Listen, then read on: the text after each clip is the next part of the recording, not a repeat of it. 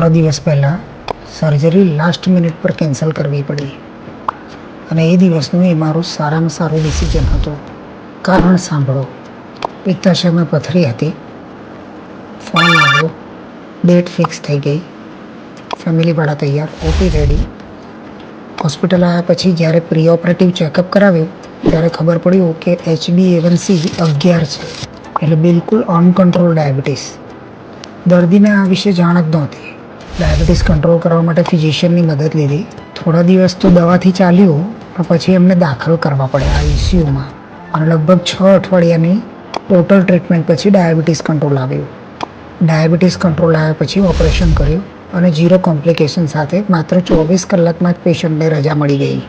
Surgery cancel કરવી અથવા તો સર્જરી કરવી એ બંને સર્જનની જવાબદારી છે. અમારે સર્જરીમાં કહેવાય છે કે ક્યારે ઓપરેશન કરવું એના કરતાં ક્યારે ઓપરેશન ના કરવું એ વધારે અગત્યનું છે. અને આ કેસ પરથી સમજાય એમ છે. પ્લાન સર્જરીમાં દર્દીની સેફટી સૌથી પહેલી.